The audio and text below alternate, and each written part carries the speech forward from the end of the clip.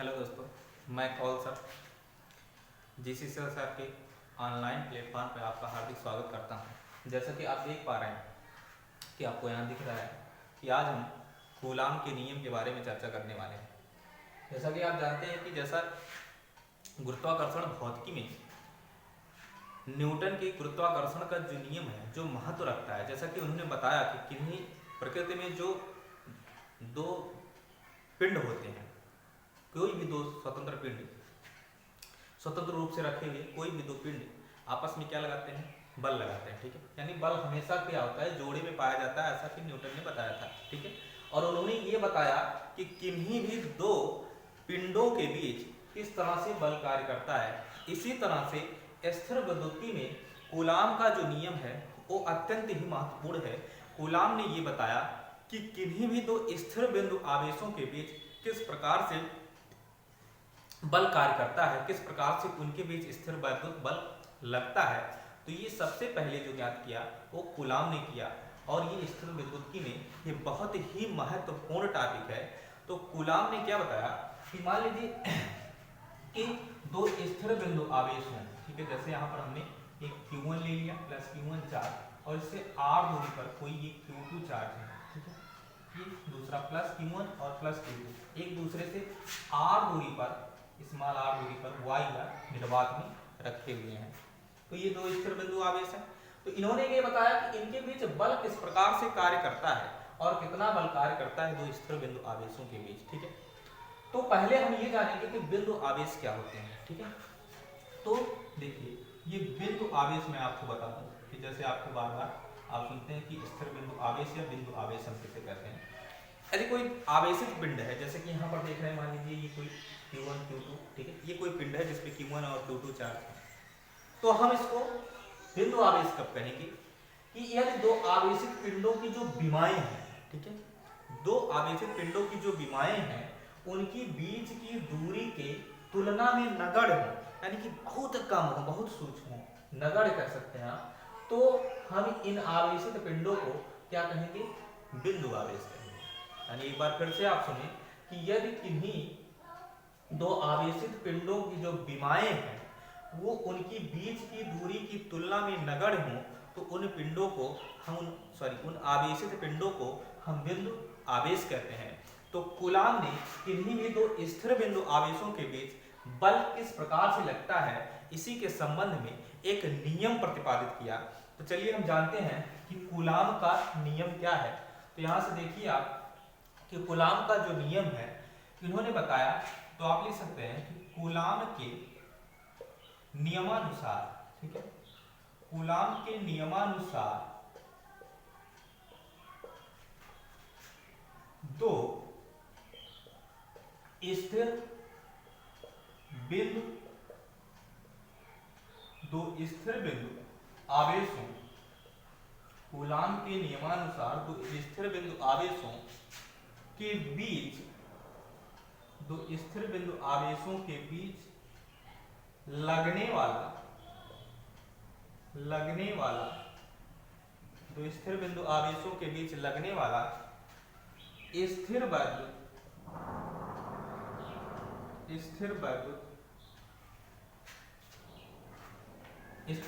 बल, ठीक, ब्रैकेट में लिखिए आकर्षण अथवा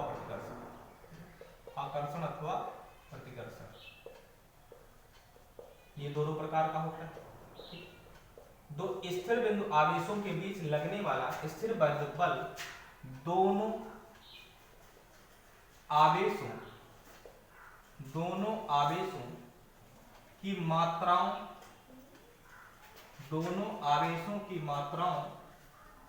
के गुणनफल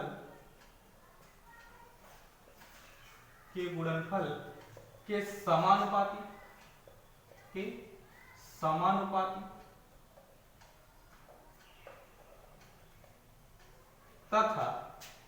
समानुपाती तथा उनके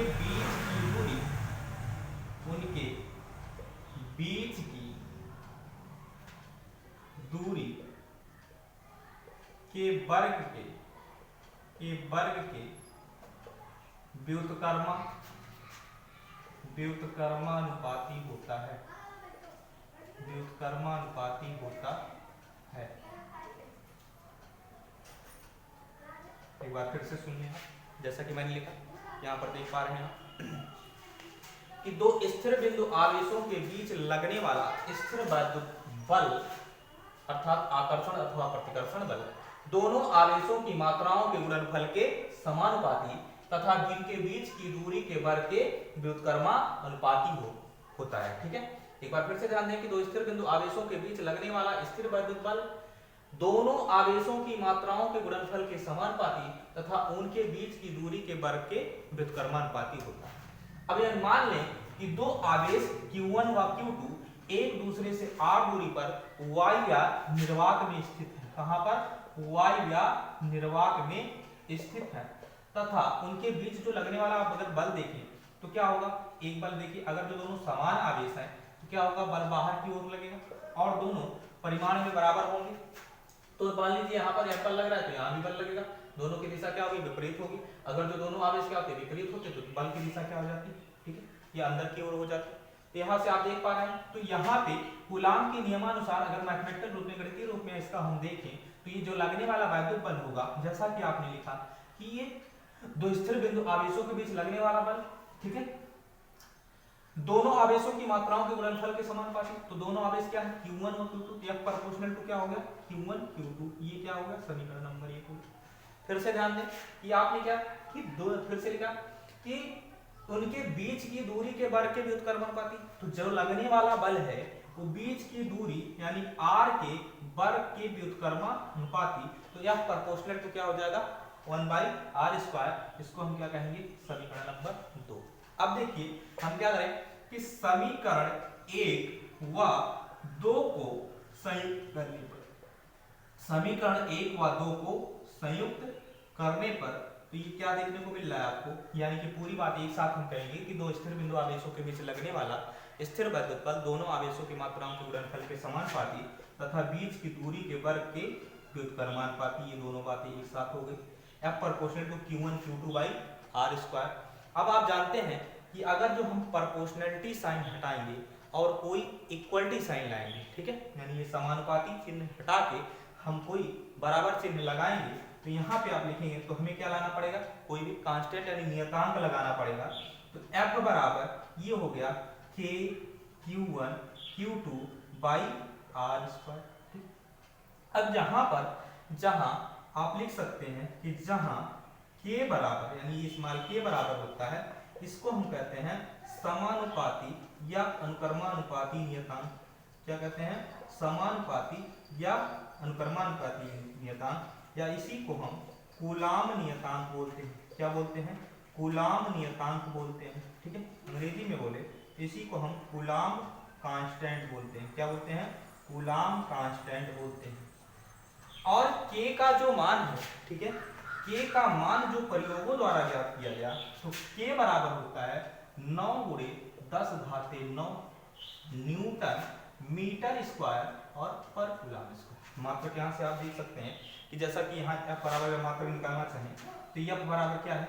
K Q1 Q2/r²। तो यहाँ से देखें कि K Q1 Q2, ठीक है, इक्वल टू क्या हो जाएगा? Fr² और K equal to Fr² upon Q1 Q2। तो आप देख पा रहे हैं कि क्या यहाँ से K का मात्रक बराबर होगा ये इस राशि के मात्रक के बराबर होगा। तो आप देखिए F का मात्रक क्या हो गया? ये न्यूटन हो गया, फोर्स का, बल का। दूरी है R, क्या है? दूरी है दो पिंडों के बीच की दूरी, मीटर होगी, तो ये मीटर स्क्वायर।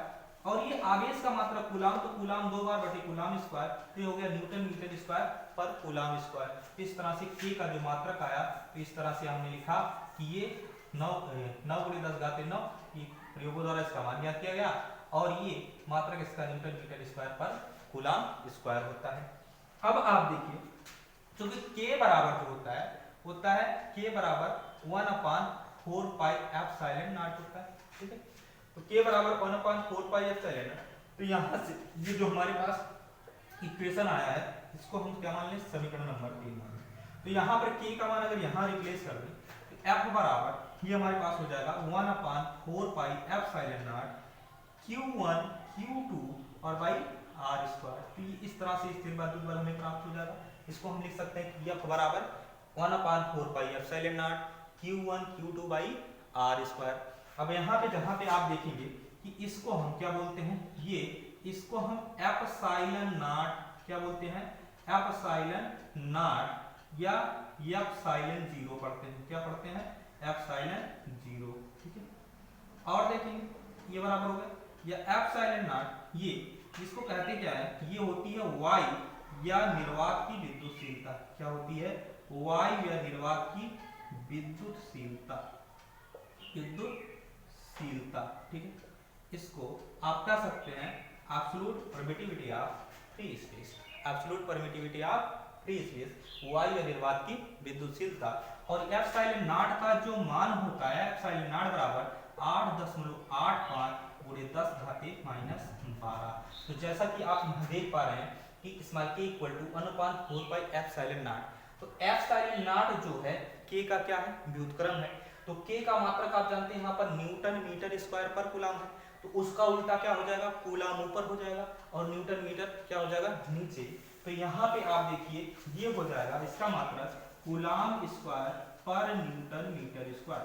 तो एप्सिलॉन नॉट की जो वैल्यू होगी 8.85 × 10⁻12 कूलम स्क्वायर पर न्यूटन मीटर स्क्वायर होगी। ठीक है, इसको हम समीकरण नंबर 4 मान सकते हैं। ठीक है, आप देखिए क्योंकि ये जो निकाय था, यानी जो दोनों आवेश थे वो वायु या निर्वात में रखे होंगे।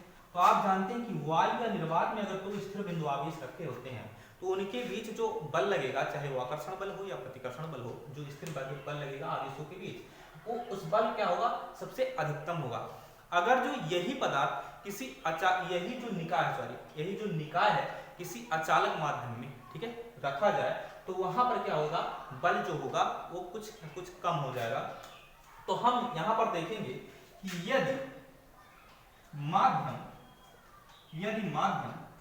कोई अचालक पदार्थ, तो यदि कोई माध्यम कोई अचालक पदार्थ हो, तब देखेंगे तो इनके बीच यदि माध्यम क्या हो, कोई अचालक पदार्थ हो, तो आप देख पा रहे हैं कि माध्यम अगर अचालक पदार्थ है तो अचालक पदार्थ होने पर हम देखेंगे कि यहाँ पर जो लगने वाला बल है उसको हम ज्ञात करेंगे। ठीक है, तो पहले एक बार हम क्या करें, इसको हम आप स्क्रीनशॉट लिख सकते हैं, हम इसको क्या करें, एक बार मिटा देते हैं, फिर आगे हम आपको यदि माध्यम कोई अचालक पदार्थ हो तब हम आपको डेरिवेशन करके बताते हैं।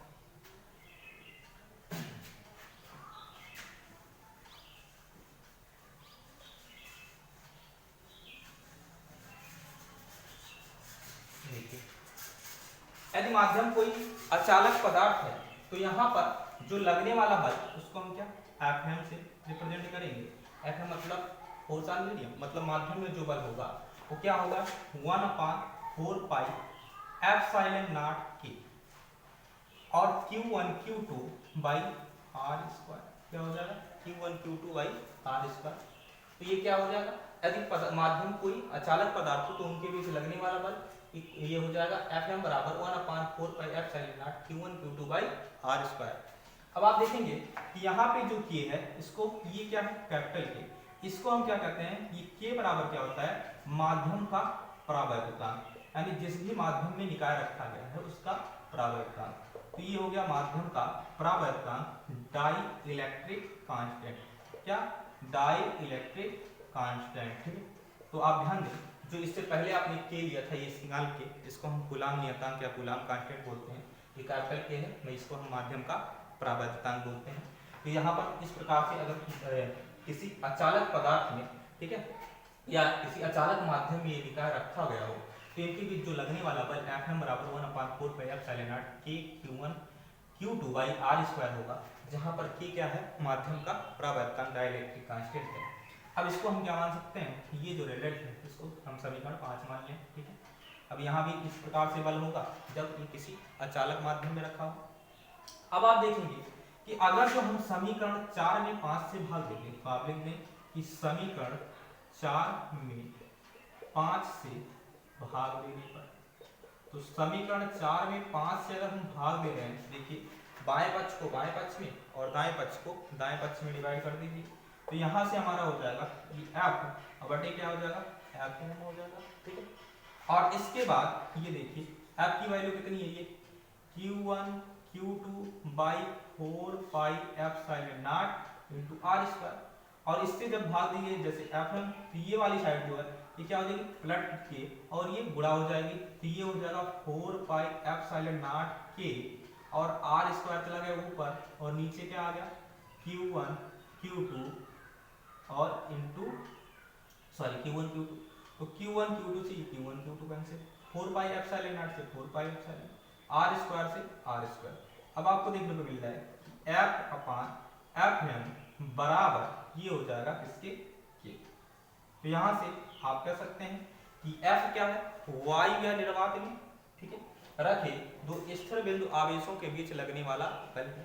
एफ एम क्या है उतनी ही दूरी पर, ठीक है, यदि जो आवेश हैं उनको किसी अचालक माध्यम में रखा गया हो तो उनके बीच ये लगने वाला बल है। तो आप कह सकते हैं कि दो स्थिर बिंदु आवेशों के बीच वायु व निर्वात में रखे दो स्थिर बिंदु आवेशों के बीच लगने वाला बल तथा उतनी ही दूरी पर किसी अचालक माध्यम में रखे दो स्थिर बिंदु आवेशों के बीच लगने वाले बल का अनुपात माध्यम का परावैद्युतांक कहलाता है। ठीक है, फिलहाल आप इसका स्क्रीनशॉट ले सकते हैं, इसके बाद हम इसको मिटा देते हैं।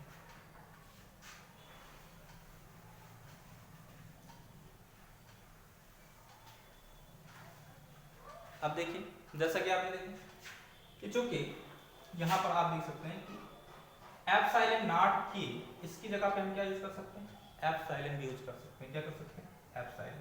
अब जहां पर इसको हम क्या पढ़ते हैं, इसको हम पढ़ते हैं एप्सिलॉन, इसको क्या बोलते हैं एप्सिलॉन बोलते हैं। ठीक है, ये क्या है ये है इसको हम बोलते हैं जैसे एप्सिलॉन नॉट क्या है वायु या निर्वात की विद्युतशीलता है, यानी एब्सोल्यूट परमिटिविटी ऑफ स्पेस या वैक्यूम है।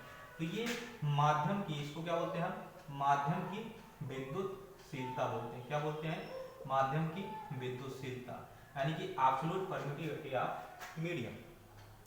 अब देखेंगे यहां से अगर जो हम देखें कि K बराबर हमारा यहां से पक्षांतर करने पर एप्सिलॉन अपान एप्सिलॉन नॉट हो, तो आप यहां से ये जो आपकी माध्यम की परावैद्युतांक क्या माध्यम का परावैद्युतांक, ठीक है, इसकी परिभाषा यहाँ से दे सकते हैं। ठीक है, एक तो हमने आपको वहां से भी बताया कि आप वहां से परिभाषित कर सकते हैं एफ बटा या फिर एफ एम बराबर के। तो यहाँ से के बराबर क्या है एप्सिलॉन अपान एप्सिलॉन। तो माध्यम की जो परावैद्युतांक की परिभाषा निकल के आई वो क्या होगी कि वायु माध्यम की विद्युतशीलता, ठीक है, या माध्यम की विद्युतशीलता तथा वायु या निर्वात की विद्युतशीलता का अनुपात माध्यम का परावैद्युतांक कहलाता है। माध्यम का परावैद्युतांक कहलाता है। यहां से आप देख सकते हैं कि माध्यम की विद्युतशीलता तथा वायु या निर्वात की विद्युतशीलता का अनुपात क्या कहलाता है माध्यम का परावैद्युतांक कहलाता है। या इससे पहले जो हमने आपको यहाँ पर F upon F M equal to k, तो F क्या है वायु या निर्वात में किन्हीं दो स्थिर बिंदु आवेशों के बीच लगने वाला बल है, और जब उन्हीं स्थिर बिंदु आवेशों को यदि किसी अचालक माध्यम में रख दिया जाए एफ एम क्या है उनके बीच लगने वाला उतनी ही दूरी पर, ठीक है, उनके बीच लगने वाला बल है। दोनों का अनुपात क्या कहलाता है भाई माध्यम का परावैद्युतांक कहलाता है। तो चाहे आप ऐसे परिभाषित कर सकते हैं, यहाँ आप जानते हैं के बराबर क्या एप्सिलॉन अपान एप्सिलॉन नॉट है। तो यहाँ पे माध्यम की विद्युतशीलता तथा वायु या निर्वात की विद्युतशीलता का अनुपात माध्यम का परावैद्युतांक कहलाता है। इस प्रकार से भी आप परिभाषित कर सकते हैं। ठीक है, तो ये था भाई कूलाम का नियम जिसमें आपने ये माध्यम का परावैद्युतांक ढूंढा और पढ़ा, और आप देख रहे हैं किन्हीं भी दो स्थिर बिंदु आवेशों के बीच बल किस प्रकार से कार्य करता है। तो आगे हम ये था यहाँ पर आप देख रहे हैं कि आपने क्या निकाला किन्हीं भी दो स्थिर बिंदु आवेशों के बीच बल का परिमाण क्या है बल का परिमाण। तो इस टॉपिक को हम कूलाम का नियम या कूलाम के नियम का ये कौन सा रूप है अदिश रूप कहते हैं। क्या कहते हैं अदिश रूप। अब हम आपको बताते हैं कि कूलाम के नियम का सदिश रूप क्या है। ठीक है, तो चलिए इसको मिटा देते हैं, इसके बाद हम आपको बताएंगे कि कूलाम के नियम का सदिश रूप क्या है। ठीक है।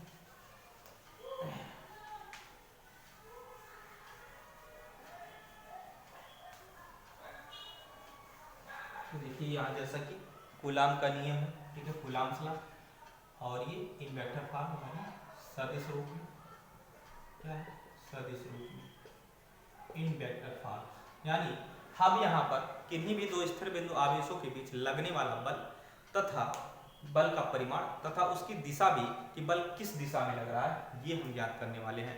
तो देखिए कि मान लीजिए कि यहाँ पर दो स्थिर बिंदु आवेश, ठीक है, क्या है, ये Q1 और Q2, Q1 यानी प्लस Q1 मान लीजिए, और ये क्या है, प्लस Q2, एक दूसरे से स्मॉल r दूरी पर स्थित है, स्मॉल r दूरी, मान लीजिए बीच की दूरी कितनी है, स्मॉल r। अब यहाँ पर क्या करें, यहाँ पर देखिए ये क्या हो गया, x एक्सिस हो गया, ये y एक्सिस हो गया, और ये मूल बिंदु हो गया, ठीक। तो पहले देखें यहाँ पर देखिए, मान लीजिए दो स्थिर बिंदु आवेश Q1 व Q2 एक दूसरे से स्मॉल r दूरी पर स्थित हैं।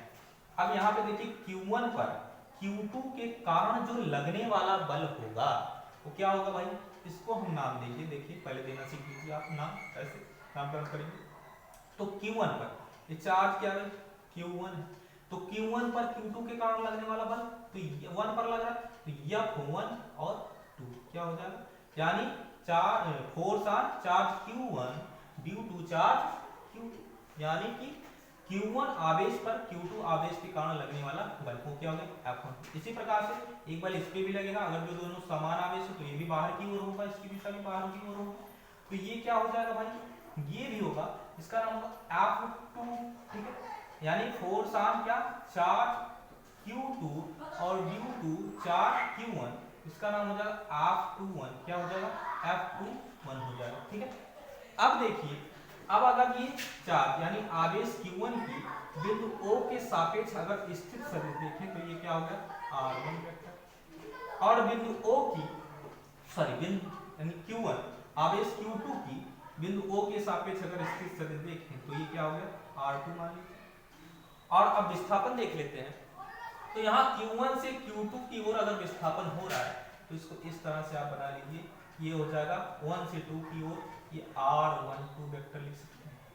अगर विस्थापन Q2 से Q1 की ओर हो रहा है तो इसको आप इधर से इधर, यानी ये क्या हो गया, ये R21, 2 से 1 की ओर तो R21, ठीक है, वेक्टर हो गया। अब देखिए कुछ आंकड़े में आकर लिख देता हूँ आपके लिए। तो यहाँ पर देखिए आप इधर से कि यहाँ पर ये R1 और ये देखिए R1, ये क्या O से Q की ओर, ये R1 वेक्टर हो गया, और विस्थापन अगर R1 Q1 से 2 की ओर हो रहा है तो ये वेक्टर, और ये देखिए इसका हेड इसके टेल से मिल रहा है, तो ये क्या हो गया, कंटीन्यूअस, और ये तीसरी भुजा इसको कंप्लीट कर रही है। तो ये आपने वेक्टर में, ठीक है, वेक्टर एडिशन का ट्रायंगल मेथड पढ़ा है, ठीक है, सदिश योग का त्रिभुज नियम, तो आप जानते हैं कि ये दोनों क्या हो जाएंगे आपके कंटीन्यूअस वेक्टर, और तीसरी जो इसको कंप्लीट कर रही है तो इन दोनों का योग इस तीसरी भुजा के क्या होगा, बराबर होगा। तो यहाँ पे आप लिख सकते हैं कि R1 वेक्टर, ठीक है, और प्लस ये R12 वेक्टर, R12 वेक्टर, ये बराबर किसके हो जाएगा, R2 वेक्टर के, किसके, R2 वेक्टर के।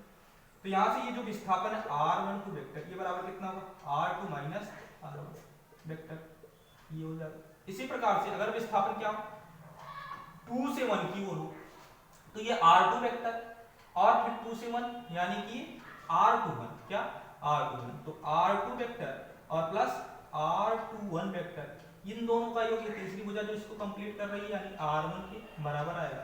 तो यहाँ R21 जो विस्थापन है R21 वेक्टर, ये बराबर क्या आ जाएगा, R1 और माइनस R2 वेक्टर, ये हो जाएगा। इस प्रकार से हम लिख सकते हैं इसको, ठीक। अब आपको अगर एक चीज और देखना है, यहाँ पर देखिए जैसे R12 वेक्टर हो गया, तो R12 वेक्टर का मैग्नीट्यूड यानी इसका जो परिमाण वेक्टर, और ये R21 ये बराबर क्या हो जाएगा, R21 वेक्टर के मैग्नीट्यूड, और ये सभी यानी ये तीनों बराबर किसी, ये दोनों चाहे विस्थापन 1 से 2 की ओर हो या 2 से 1 की ओर, दोनों स्थितियों में क्या होगा भाई, ये R के ही बराबर होगा, किसके, R के ही बराबर होगा।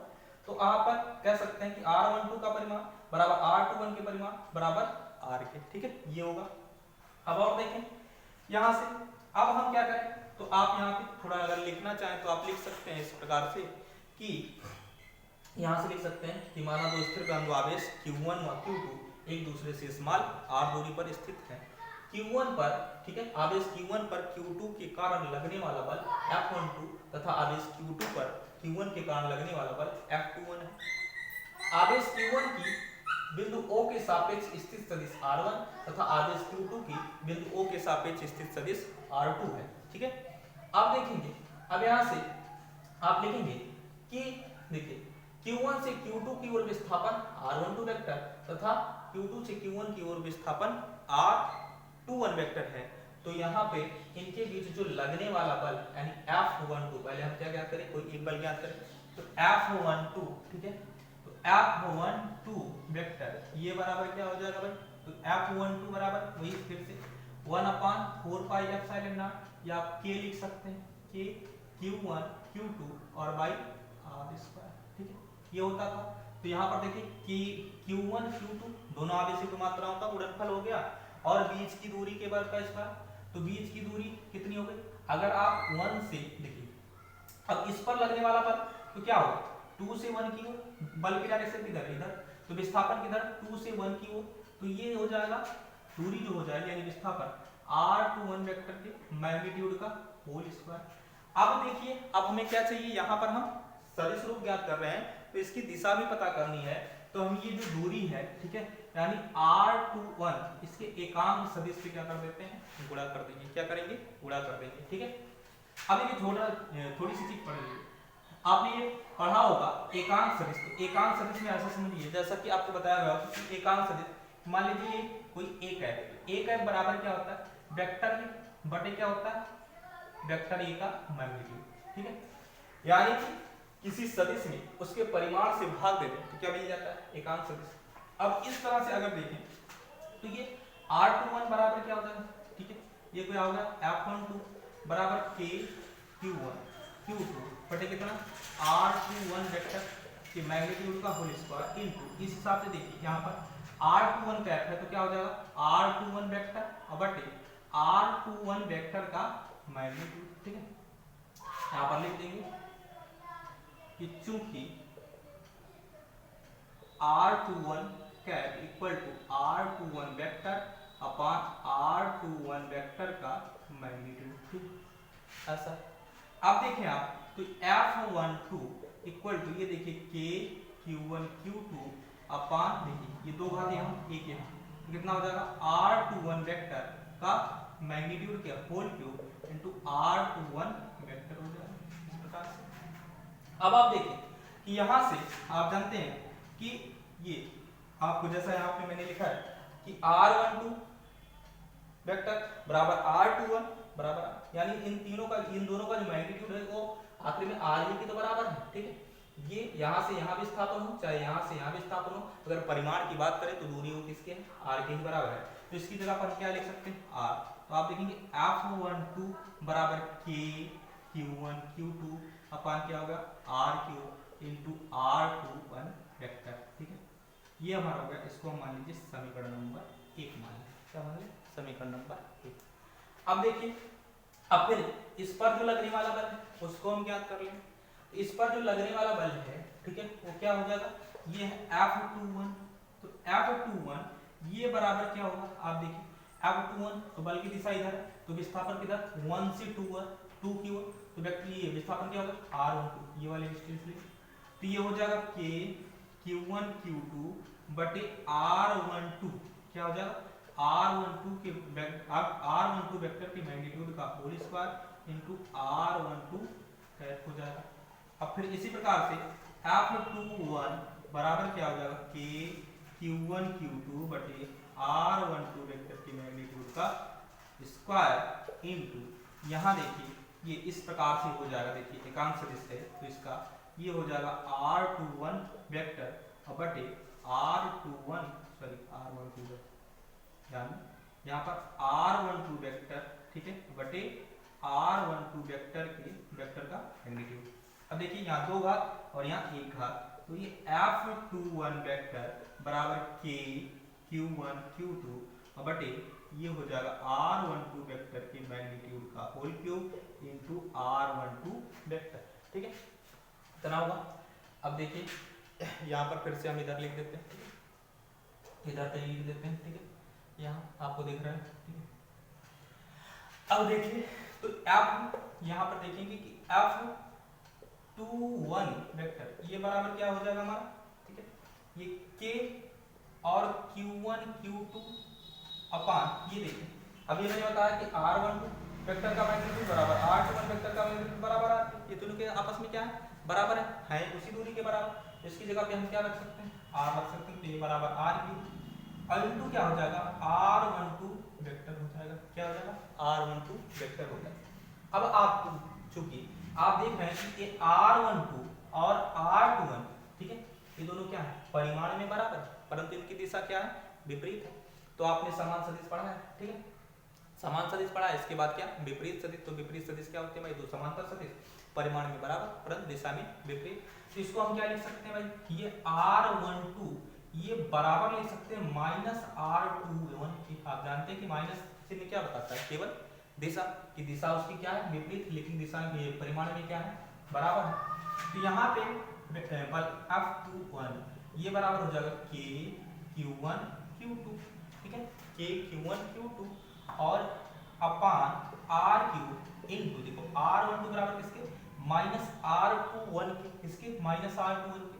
तो यहाँ पे R12 की जगह हम क्या रख दें, माइनस R21 वेक्टर रख दें, सही। तो ये माइनस चिन्ह यहाँ हो गया, तो F21 बराबर ये हो गया K Q1 Q2 अपान R3 और इनटू R21 वेक्टर, तो ये माइनस साइन यहाँ ला के रख दें। तो F बराबर ये माइनस K Q1 Q2 और R3 माइनस R21 वेक्टर के, ठीक है, इतना होगा। अब यहाँ पर देखें तो ये हो गया। अब देखिए अब अगर जो हम क्या करें, ये माइनस है, दोनों पक्षों में माइनस से गुणा कर दें, तो माइनस से गुणा करने पर ये हो जाएगा माइनस F21 बराबर, ये माइनस है तो इसको क्या हो जाएगा, प्लस हो जाएगा K Q1 Q2 अपान R3 इंटू R21 वेक्टर। इसको क्या मान लो, समीकरण नंबर 2। ये क्या हो गया, समीकरण नंबर 2। अब ध्यान दें आप कि समीकरण ये क्या हो गया हमारा, एक हो गया और ये हमारा क्या है, ये हमारा समीकरण नंबर 2। अब इन दोनों की तुलना करें, ये हमारा क्या है, F12 बराबर K Q1 Q2 अपान R3 इंटू R21 वेक्टर, ठीक है।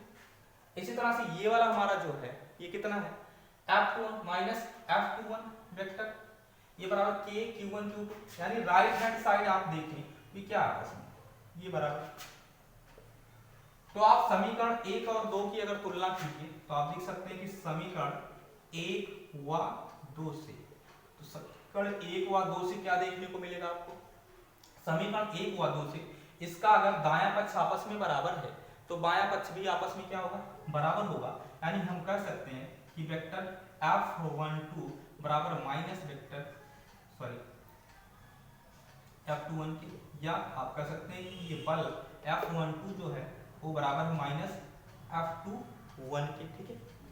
अब देखिए ये क्या है, ये जो है ये F12 जो है ये आवेश Q1 पर Q2 के कारण लगने वाला बल है, F21 जो है वो आवेश Q2 पर और Q1 के कारण लगने वाला बल है, ठीक है।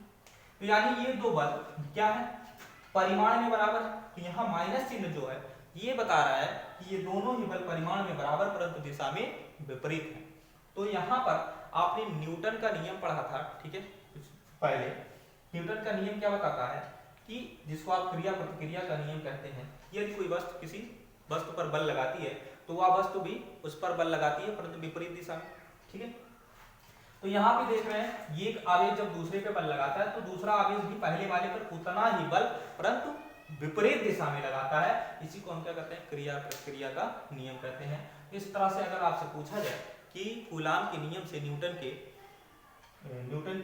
तृतीय नियम की व्युत्पत्ति कीजिए, तो आप यहाँ पर देखिए ये क्या दिख रहा है, आपकी क्रिया प्रतिक्रिया है, ठीक है। तो इससे आप न्यूटन के तृतीय नियम की उत्पत्ति कर सकते हैं। यहाँ से आपका देखिए न्यूटन का तृतीय नियम ही आ रहा है, क्रिया प्रतिक्रिया का नियम जिसको हम कहते हैं। इस तरह से ये कूलाम के नियम का सदिश रूप है। एक बार से फिर से हम देख लेते हैं, ठीक है। ये दो स्थिर बिंदु आवेश Q1 और Q2 एक दूसरे से कहाँ r दूरी पर स्थित हैं और इनके बीच जो लगने वाला बल है, ठीक है। तो इस प्रकार से कैसे इसको नामकरण कैसे आप करोगे, ये देखिए चार्ज क्या है, Q1 है और किसके कारण लग रहा है, Q2 के कारण, तो इसका नाम F12 और ये क्या हो गया, ये इसी प्रकार से आप इसको ये चार्ज Q2 पर Q1 के कारण F21, इसकी स्थित सदिश R1, इसकी R2। अगर विस्थापन इधर से इधर हो रहा है तो R12 वेक्टर, इधर से इधर हो रहा है तो R21 वेक्टर।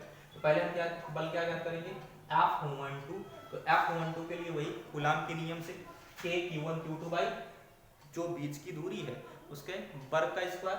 तो बीच के यानी विस्थापन किधर 1 से 2 की ओर हो रहा है, तो R12 तो 1 से 2 की ओर हो रहा है, ठीक है। तो इधर से इधर हो रहा है, ठीक है, सॉरी एक मिनट नहीं, यहाँ पर देखिए आप ध्यान दीजिए, गलती हो गई कि F12 अगर है ये वाला बल यानी विस्थापन इधर से इधर, तो देखिए विस्थापन क्या हो गया R2 उसके परिमाण का होल स्क्वायर, ठीक है।